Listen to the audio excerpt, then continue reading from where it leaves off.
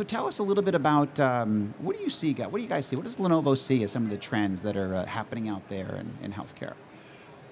A couple trends.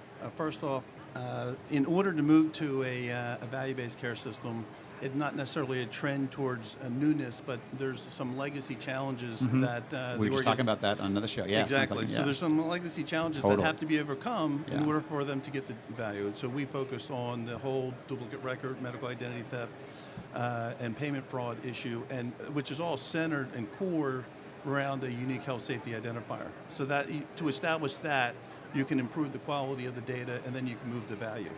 The other trend is certainly in the virtual setting.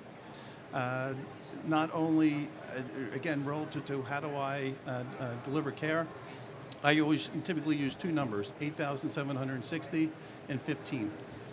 And the number 8,760 is the number of hours in a year. 15 is the number of hours an average Medicare patient spends in front of their total physician base in a given year.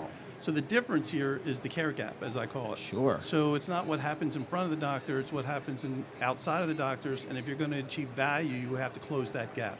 Okay. So the trend here is how do I do that? How do I engage delivery of care into the home? And we're looking at the home being a setting of care. Sure. So it's virtual. Big time. It's shifting for sure. As well, so the idea here is that the patient has to be seen by the doctor. Doesn't necessarily have to go to the doctor every time they have a physician encounter. Certainly, there's reasons for a value of both, but the brick and mortar is not necessarily the end all be all relative to where care is delivered.